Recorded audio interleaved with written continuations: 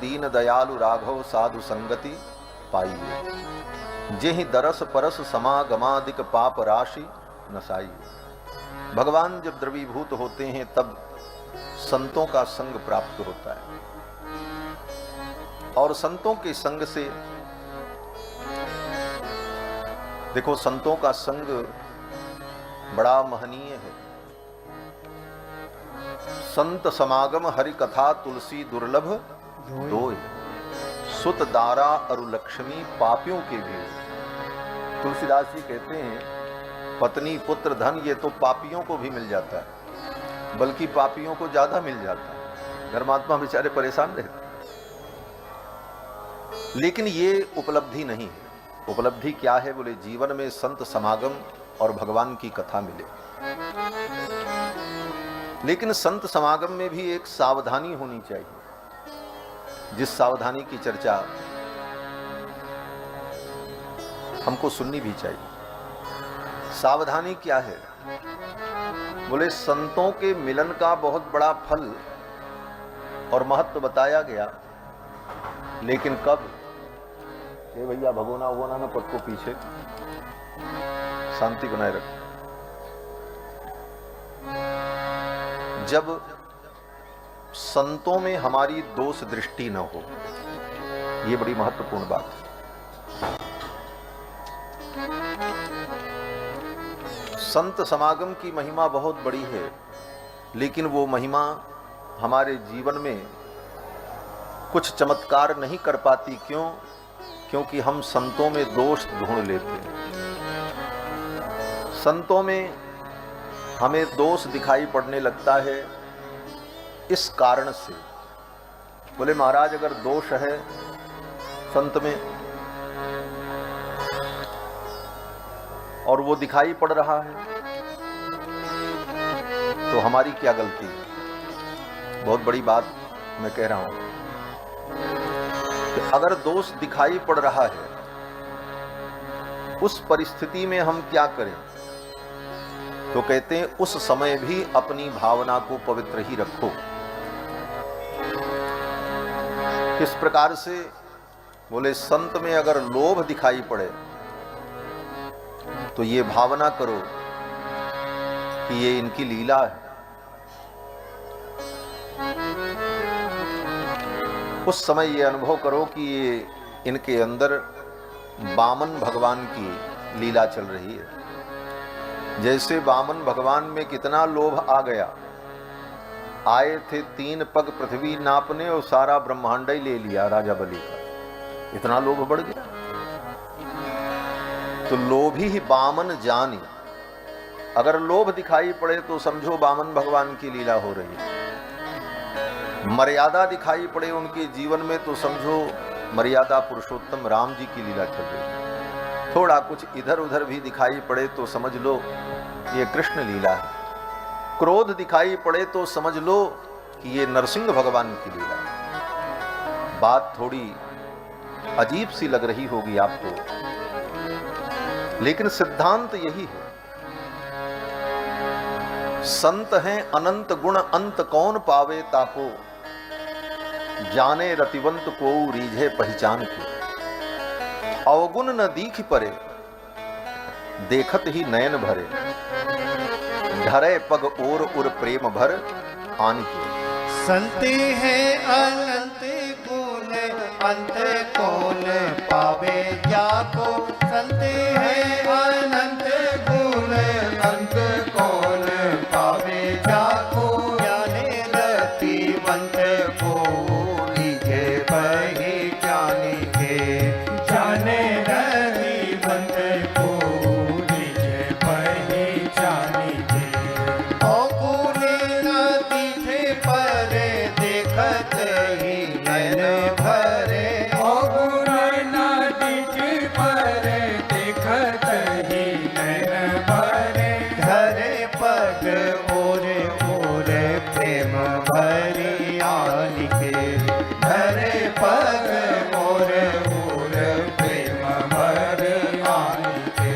जो पे गति किया कछु देखियत इन माज। जो पे घटी प्रिया कछु देखियत इन मात करी ले विचार हरि की इच्छा मानी के करी ले विचार हरि की इच्छा मानी के बालक सिंगारी के निहार नेहवती माता बालक सिंगारी के निहार नेहवती माता जो टोना करो दिख डर जानी के देख जो टोना करो दिख डर जानी के हाँ देख जो टोना करो दिख डर जानी के देख जो टोना करो दिख डर जानी के। श्री भक्तमाल ग्रंथ के टीकाकार परम विद्वान श्री प्रियादास जी महाराज इस कवित्त छंद में कहते हैं कि अगर संत में कोई अवगुण दिखाई भी पड़ जाए तो क्या विचार करो, अवगुण न दीख परे देखत ही नयन भरे,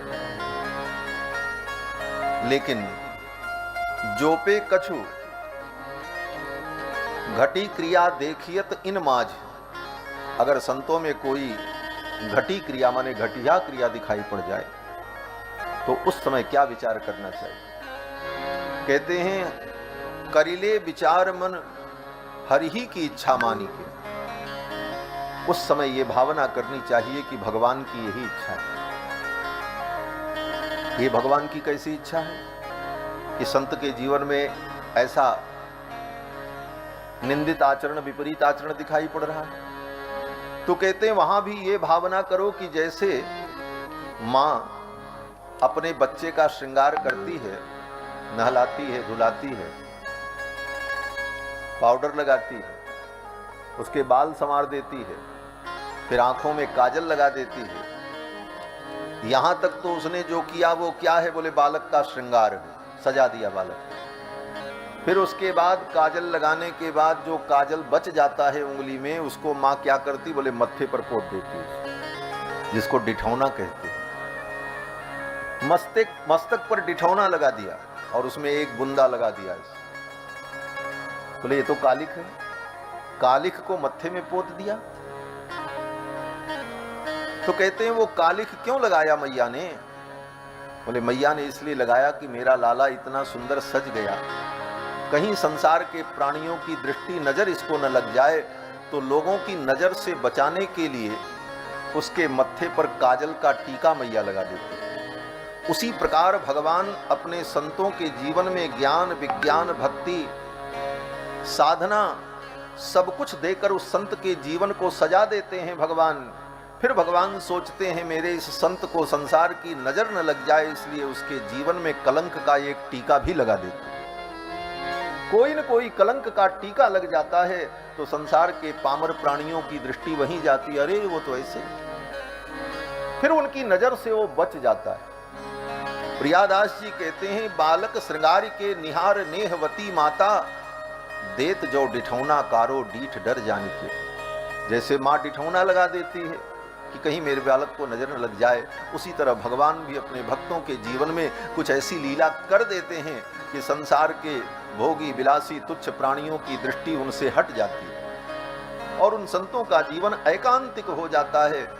इसलिए इन सब सारी बातों पर विचार करके संतों के प्रति निष्ठा रखनी चाहिए। दोष किसमें नहीं है, ये संपूर्ण सृष्टि ही दोषमय है। गुण दोषमय विश्वकीन करतार, संत हंस गुण गहई पय परिहरि बारी विकार। तो संत समागम की बड़ी महिमा कही गई। सताम सज्जनानाम संगति ही सत्संगति ही, और सत्संगति ही कथय किम किम न करोति पुंसाम। सत्संगति मनुष्य के जीवन में क्या क्या नहीं देती, सत्संगति ही कथय किम किम न करोति पुंसाम।